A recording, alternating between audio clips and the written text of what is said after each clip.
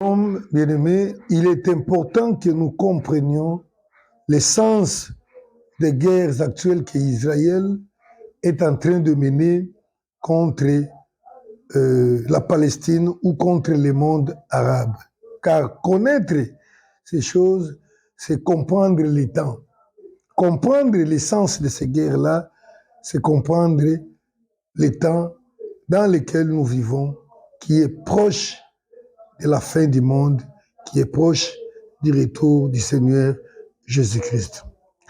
Bien-aimés, je vais d'abord dire une chose que tous les événements touchant la nation d'Israël concernent toutes les nations du monde, que vous les vouliez ou pas, mais je suis en train de vous dire que tout ce que nous voyons se passer en Israël nous concerne d'une manière ou d'une autre. Tout ce qui se passe au Moyen-Orient, les guerres que nous voyons Israël en train de livrer contre les Palestiniens, contre les Arabes, nous concernent tous. Pourquoi? D'abord, je vais vous révéler quelque chose de sérieux que parfois nous avons toujours ignoré. L'Israël n'est pas une simple nation, une nation vulgaire. C'est une nation qui se retrouve au centre du plan de Dieu ou du projet de Dieu pour toutes les nations du monde. La Bible nous renseigne ceci. Deutéronome chapitre 32, à partir du verset 8. Allons lire Deutéronome au chapitre 32, à partir du verset 8. Voilà, la Bible nous dit ceci. Deutéronome 32, à partir du verset 8 jusqu'au verset 11. Je lis au nom du Seigneur Jésus-Christ. Quand le Très-Haut donna un héritage aux nations, quand il sépara les enfants des hommes, il fixa les limites de peuple d'après le nombre des enfants d'Israël. Comprenez, bien-aimés, ce que le Seigneur est en train de nous dire ici. Il dit ceci. Lorsque le Très-Haut donna un héritage, donc lorsque le Seigneur fit le partage des nations du monde, il le fit en tenant compte du nombre des enfants d'Israël. Quand le Très-Haut donna un héritage aux nations, quand il sépara les enfants des hommes, il fixa les limites des peuples d'après le nombre des enfants d'Israël.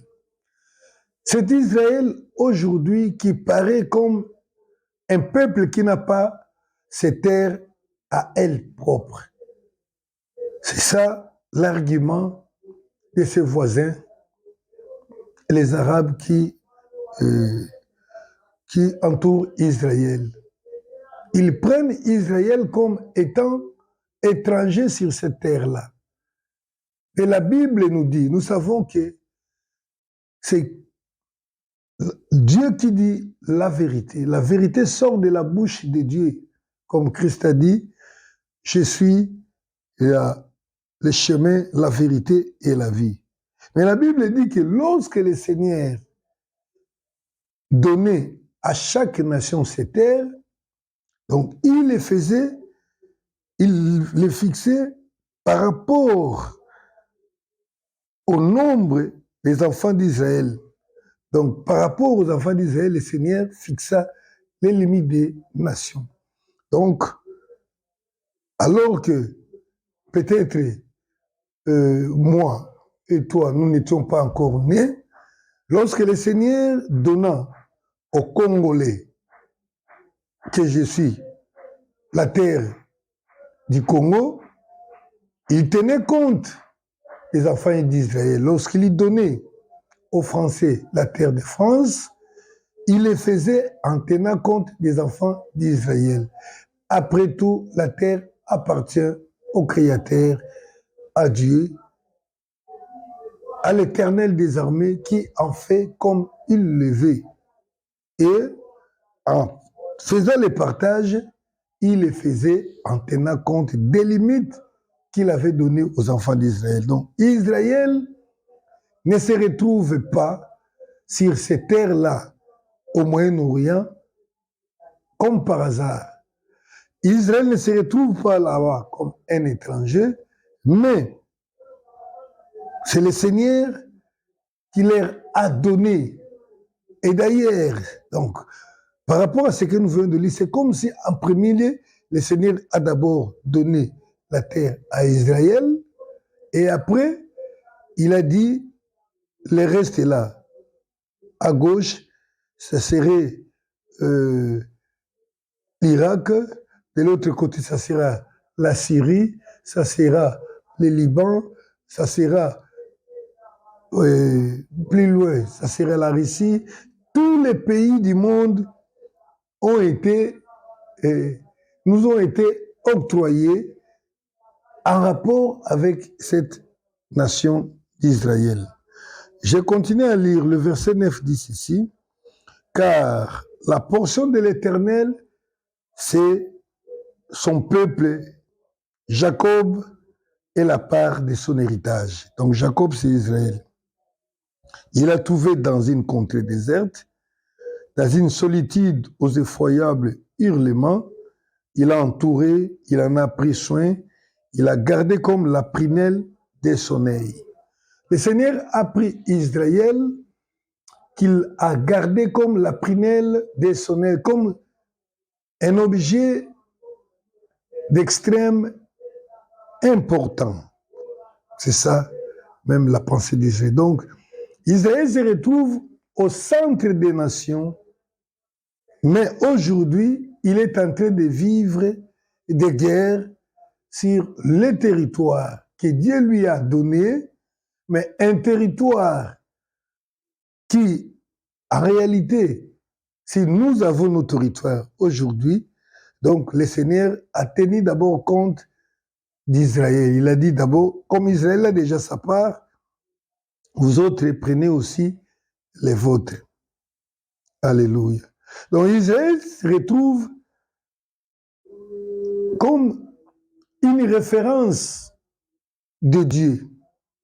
C'est pourquoi nous avons l'habitude de dire qu'Israël est l'horloge de Dieu. C'est-à-dire quoi? Tout ce qui se passe en Israël a un sens par rapport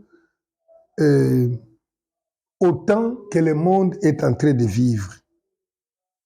Dieu a choisi, c'est quoi ou ce qui est Israël? Dieu a choisi un homme, Abraham, et au travers de cet homme, il a promis de former une nation. Et ne me comprenez que tout ce qui existe, tout ce qui se passe, même nous sommes... la Bible dit que nous avons été choisis avant la fondation du monde. Nous avons été élus avant la fondation du monde, selon Éphésiens, chapitre 1er, à partir du verset 1er, et descendez 2 ou 3. Et de la même façon, que le Seigneur dit que lorsqu'il donna l'héritage aux nations, il les fit en rapport avec Israël. Donc Israël avait été choisi avant la fondation du monde, avant la création du monde. Dieu avait choisi de former un État, donc il lui avait déjà destiné une terre. Israël, devenu nation, et qui a bénéficié des terres que Dieu lui a données, a conclu une alliance avec Dieu. Une alliance qui faisait de lui la référence de Dieu en matière du culte de Dieu sur la terre. Donc, Dieu fit d'Israël une nation de référence à ce qui concerne l'adoration ou le culte du vrai Dieu. C'est la raison pour laquelle le Seigneur a dit à la femme samaritaine, le salut vient des Juifs. Aujourd'hui, tout le monde bénéficie du salut du Seigneur Jésus-Christ. Que ce soit les Palestiniens, que ce soit les Américains, que ce soit les Égyptiens, que ce soit les Chinois. Tous bénéficient du salut de Dieu, mais tout cela, c'est au travers d'Israël, c'est au travers des fils d'Abraham que nous bénéficions de cette grâce-là d'être sauvés. Les Palestiniens se battent pour les terres qu'ils vont abandonner bientôt, car Christ va régner sur toute la terre entière. La vie éternelle sera accordée à tous les humains et la condamnation éternelle aussi sera accordée à tous les humains qui ne croient pas en Jésus-Christ aujourd'hui, qu'ils soient musulmans, hindous ou athées, car la vie se trouve qu'à un seul homme, Jésus-Christ. Alléluia. Donc j'étais en train de dire qu'Israël a conclu l'alliance avec Dieu. Et l'alliance qu'il a conclue avec Dieu, c'était pour être les témoins de Dieu, c'était pour montrer au monde comment obéir, comment rendre culte à Dieu. C'est ainsi Dieu donna à Israël le culte. Donc comment servir Dieu et autres. Mais il y a une chose que je voudrais vous faire remarquer. Dans cette alliance qu'Israël a conclue avec Dieu, il y avait,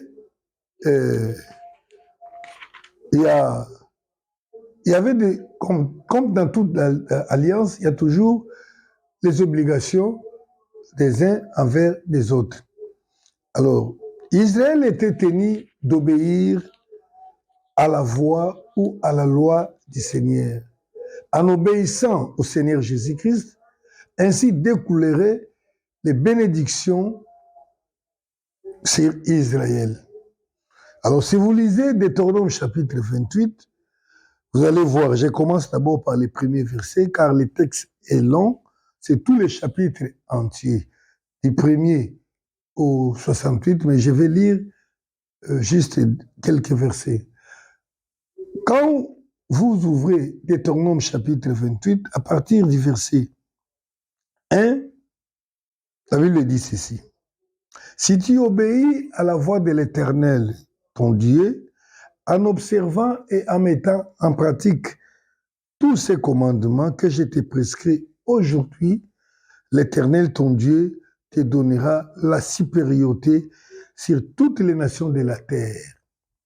Israël avait reçu les promesses de bénédiction que nous voyons ici dans Deutéronome à partir du premier verset du chapitre 38 jusqu'au verset 14.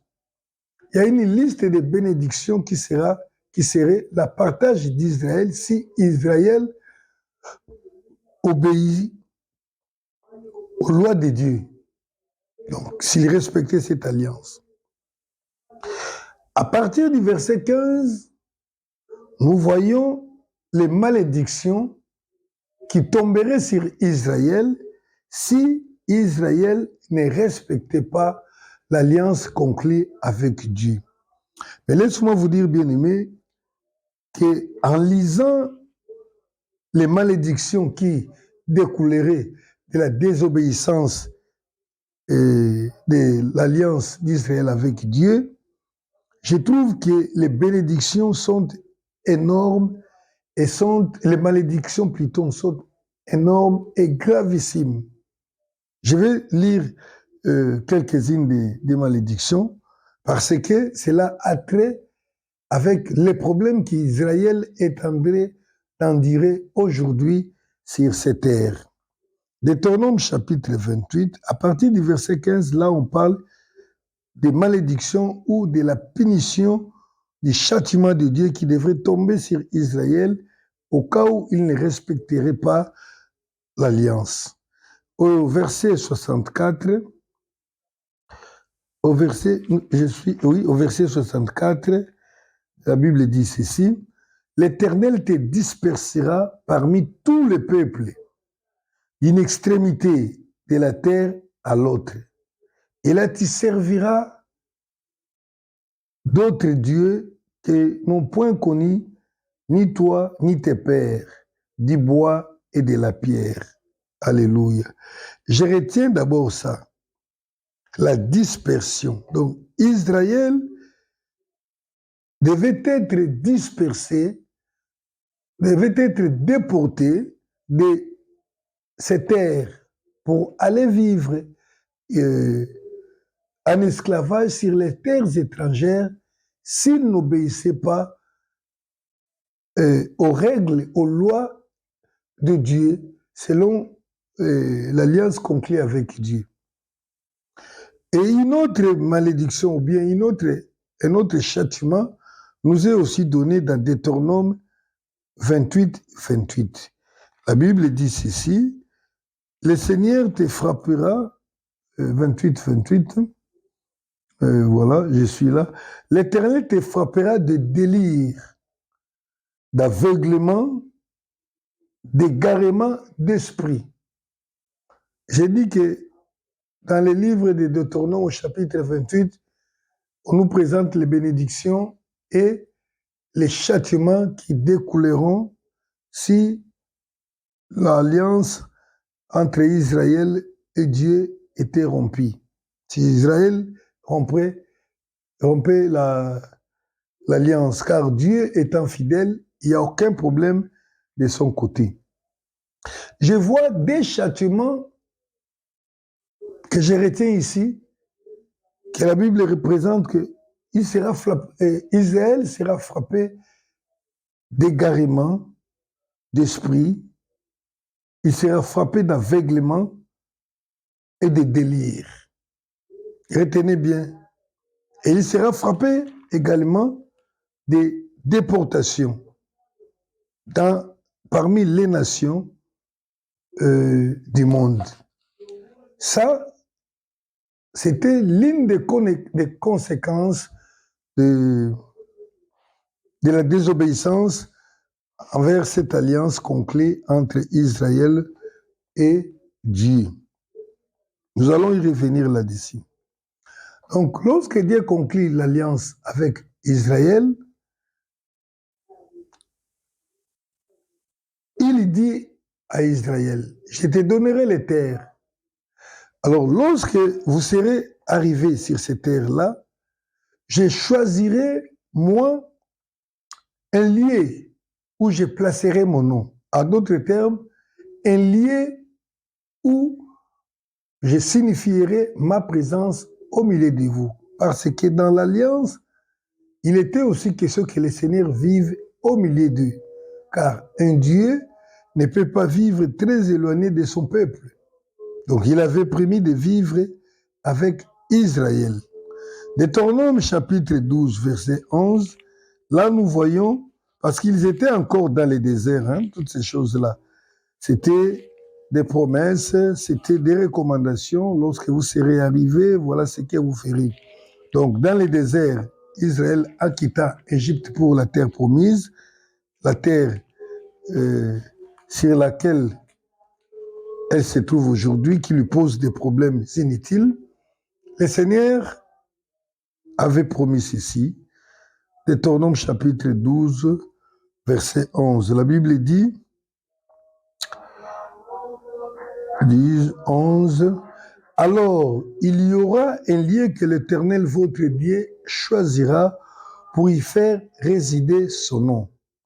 C'est là que vous présenterez tout ce que je vous ordonne, vos holocaustes, vos sacrifices, vos dîmes, vos prémices et les offrandes choisies que vous ferez à l'Éternel pour accomplir vos vies.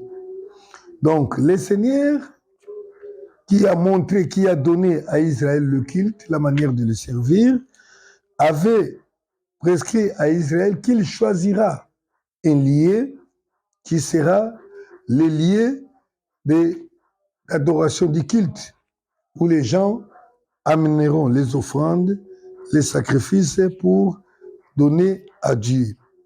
Mais il est dit expressément il est démontré expressément que ce lieu que Dieu avait choisi se trouve être la ville de Jérusalem. Des Chroniques, chapitre 6, verset 6. Je vais les lire au nom du Seigneur Jésus-Christ. Des Chroniques, chapitre 6, verset 6. Mais j'ai choisi Jérusalem pour que mon nom y réside, et j'ai choisi David pour qu'il règne sur mon peuple d'Israël. Le Seigneur, dans son alliance avec son peuple, en lui donnant les terres, avait aussi choisi un lieu où lui-même résiderait sur la terre. C'est-à-dire quoi? Le Seigneur choisit un endroit où il placera son nom, qui sera considéré comme le trône ou le siège de Dieu sur la terre. Parce que Israël, comme j'ai dit, était la nation, disons, Israël est la nation qui avait conclu l'alliance avec Dieu. Donc, la royauté même d'Israël était entre les mains de Dieu. Donc, c'est Dieu qui plaçait les rois. C'est comme aujourd'hui dans certaines nations, c'est le peuple qui place leurs présidents. C'est parfois le peuple au travers des assemblées nationales qui place les présidents. Mais en Israël, c'est Dieu qui plaçait les présidents, les rois. Et c'est ainsi qu'il dit qu'il a donné à son peuple comme roi David. Et il dira même que David restera roi à perpétuité. Le trône d'Israël restera à perpétuité entre les mains de David. Nous en parlerons après. Alors, la désobéissance d'Israël envers Dieu, dans l'histoire d'Israël, a provoqué beaucoup de châtiments de Dieu. Mais je voudrais parler des châtiments graves dont j'ai fait part ici. Nous avons parlé des Deutéronome 28-28 et 28-64, où le Seigneur a dit qu'il frappera Israël d'égarement d'esprit. Lorsqu'on parle d'égarement d'esprit, c'est-à-dire qu'à un certain moment, Israël va perdre la direction spirituelle de Dieu. Donc il ne va plus comprendre les choses spirituelles de Dieu. Il a dit qu'il les frappera du délire. Donc la vie en Israël sera comme la vie des insensés, s'ils n'obéissent pas à la voix de Dieu. Et le Seigneur a parlé aussi des déportations. Alors, dans l'histoire d'Israël, il y a eu deux grandes déportations. Il y a eu, premièrement, la déportation vers la Babylone. Et nous connaissons bien l'histoire de la Bible. Après que Israël ait eu possession de ces terres, ils ont bâti un temple à Dieu, que nous connaissons, le temple de Jérusalem. Et dans ce temple-là se trouvait la représentation du trône de Dieu dans les lieux très saints. Mais, suite à la désobéissance, comme parmi les châtiments prévus, il y avait la déportation, il s'est fait qu'à un certain moment, les rois de la Babylone a investi Israël, a détruit Israël, a même détruit les symboles du trône de Dieu qui était le temple pour amener les enfants d'Israël en captivité vers la Babylone. Et cette captivité a pris au moins 70 ans. Nous connaissons bien cette histoire. Après les 70 ans, le Seigneur avait ordonné le retour d'Israël sur ces terres. Là, je voudrais que nous puissions noter une chose. L'alliance d'Israël avec Dieu est éternelle. Même si le châtiment intervient d'un moment à l'autre, le châtiment du père à un fils ne signifie jamais le rejet ou la destruction. Tout châtiment a toujours eu un but éducatif. C'est pour que la personne châtiée comprenne et se remette sur la bonne voie. Donc, toutes les fois que le Seigneur châtiait Israël par les malédictions prononcées dans les termes de l'Alliance, c'était tout châtiment avait ses limites. C'est ainsi pour la première déportation, la grande déportation qui s'est passée vers la Babylone, le Seigneur avait arrêté que cela se passerait pendant 70 ans. Et lorsque les 70 ans étaient accomplis, la Bible nous parle qu'un homme, les appelant au nom de Daniel le prophète, a prié et le Seigneur a déclenché les processus du retour. Israël est retourné sur ses terres. Il est retourné sur ses terres, il a rebâti un nouveau temple. Le second temple a été rebâti toujours sur les lieux du premier temple. C'est le temple qui a vu la naissance du Seigneur Jésus-Christ. C'est le temple dont Christ a visité lors de son séjour sur la terre. Et nous connaissons bien l'histoire de ces temples. À propos de ces temples, Christ avait prédit aussi sa destruction. Mais ce n'était pas la destruction tout simplement du temple, c'était également la destruction d'Israël, la déportation d'Israël. Pourquoi?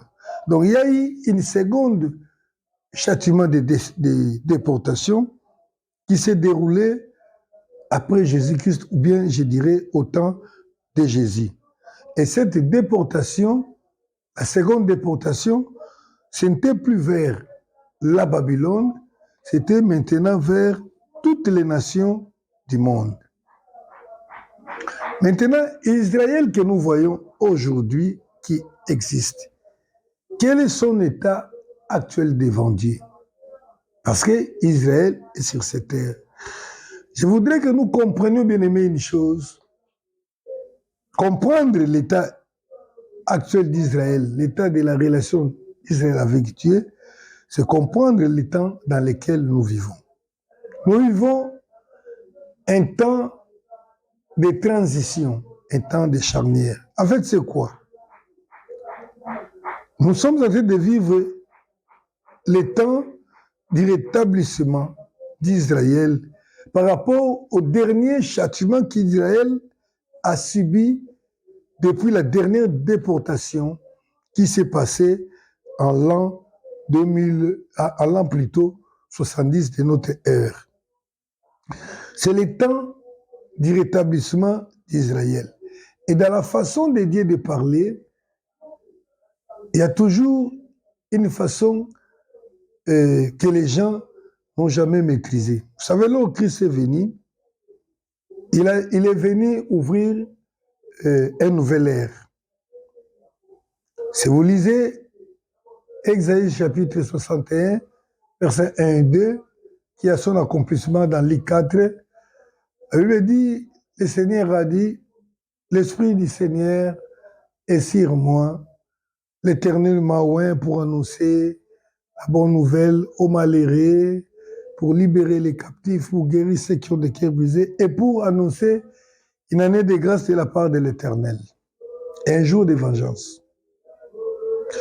Alors, lorsque Christ était sur la terre, il a dit quelque chose qui doit nous rappeler la façon dont le Seigneur considère les temps. Une fois, Christ parlait à une femme samaritaine.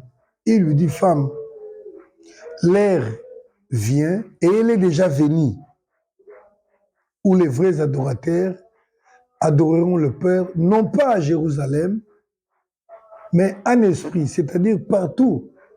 Ça ne sera ni à Jérusalem, ni sur une autre montagne, que les Samaritains adoraient, par exemple. Donc le Seigneur était en train de nous parler sur un temps. Il dit, l'heure vient. Mais en même temps, elle dit qu'elle est déjà venue.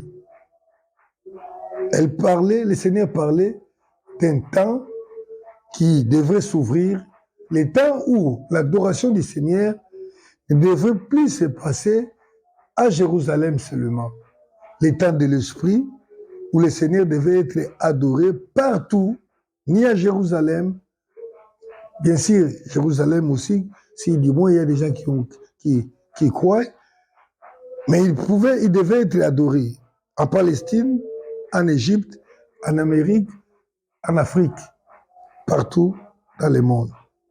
Donc nous vivons aujourd'hui ce temps du rétablissement d'Israël. Je peux dire que l'heure vient, et elle est déjà venue, où Israël doit être rétabli. C'est-à-dire que le temps du châtiment est terminé, car le dernier châtiment avait été annoncé par le Seigneur dans le livre de Luc, chapitre 19, à partir du verset 41 jusqu'au 43. Lorsque Jésus-Christ entra à Jérusalem et le peuple, la foule courait derrière lui, chantait des cantiques, les louait, la Bible dit que le Christ regardait la foule, regardait Israël, regardait Jérusalem, il plaira.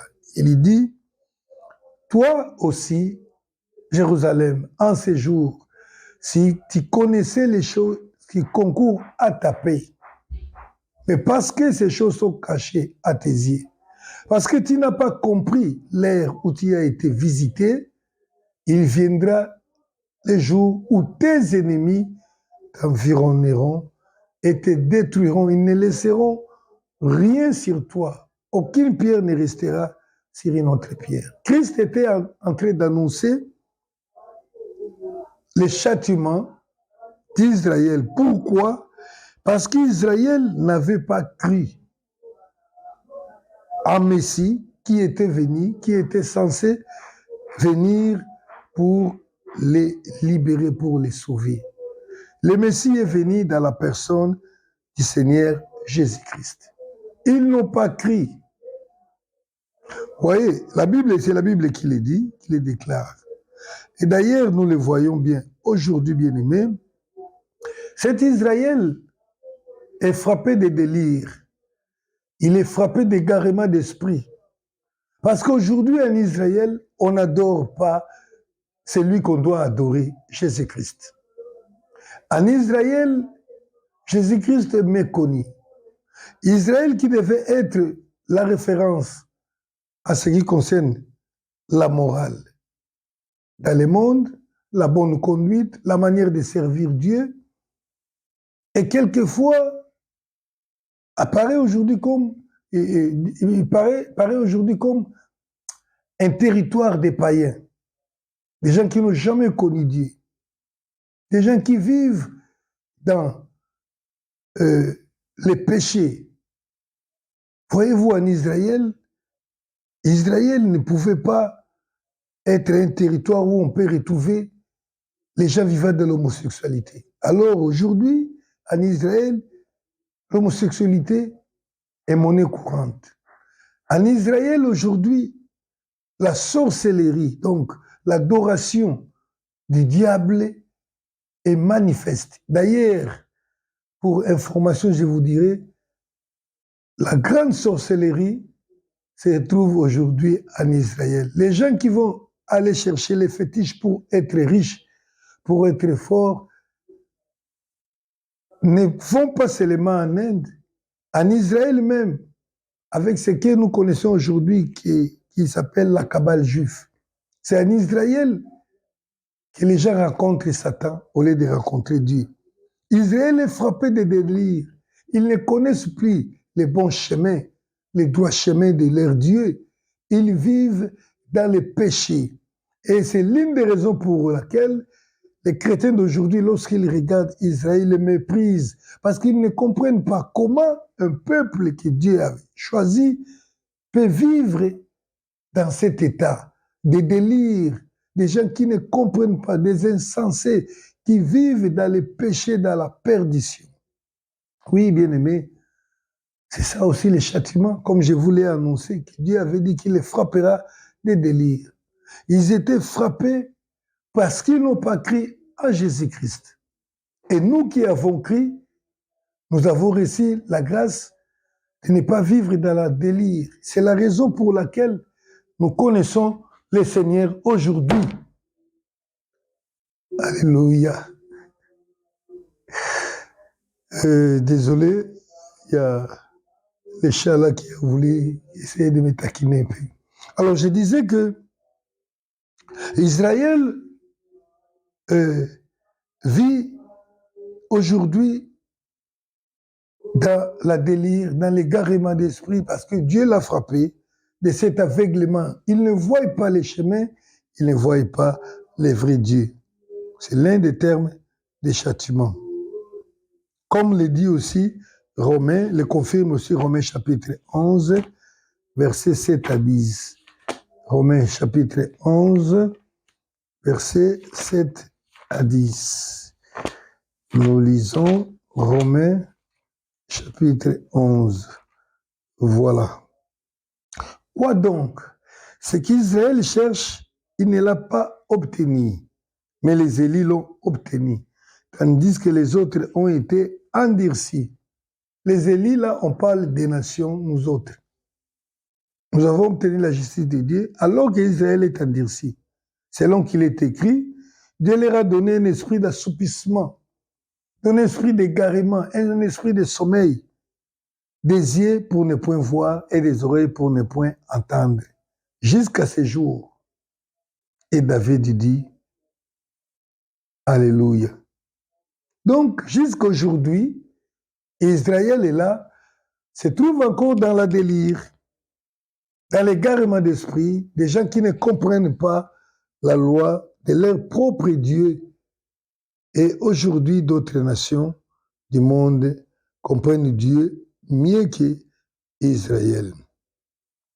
Alors, nous parlons sur les guerres actuelles d'Israël. Quel est son sens par rapport au monde entier et par rapport à l'Église? Alléluia. Je disais que la déportation, la dernière déportation est arrivée en l'an 70. Donc nous voyons aujourd'hui Israël en train qui est retourné sur ces terres. Donc il faudrait que je parle un peu sur la dernière déportation qui s'est passée en l'an 70 de notre ère, mais Israël est retourné déjà, mais le délire n'est pas encore fini. C'est le dernier châtiment qui est prêt d'être, de finir pour qu'Israël comprenne Dieu. Donc nous continuons le message au deuxième partie.